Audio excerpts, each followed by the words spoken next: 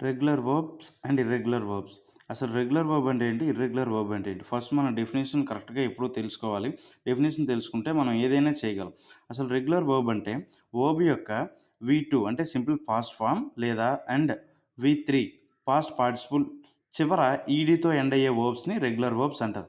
అదే ఆ వి2 and వి3 forms చివర ఈడీతో ఎండ్ అవ్వకపోతే ఆ వర్బ్స్‌ని ఇర్రెగ్యులర్ వర్బ్స్ అంటారు. అంటే ఫస్ట్ మనం డెఫినిషన్ కాన్సెప్ట్ అర్థం చేసుకుంటే మనం ఏదైనా ఈజీగా మనం చేయగలం. ఇప్పుడు చూడండి రెగ్యులర్ వర్బ్స్ కొన్ని example played, played, walked, walked, cooked వీటిని రెగ్యులర్ వర్బ్స్ అంటారు. అలాగే చివరి ఈడీతో ఎండ్ అవ్వని వర్బ్స్‌ని ఇర్రెగ్యులర్ వర్బ్స్.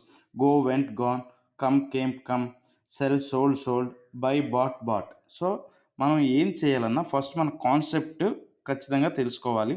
తెలుగులో తెలుగు ద్వారా మీరు ఇంగ్లీష్ నేర్చుకోవాలనుకుంటే ఈ ఛానెల్‌ని సబ్స్క్రైబ్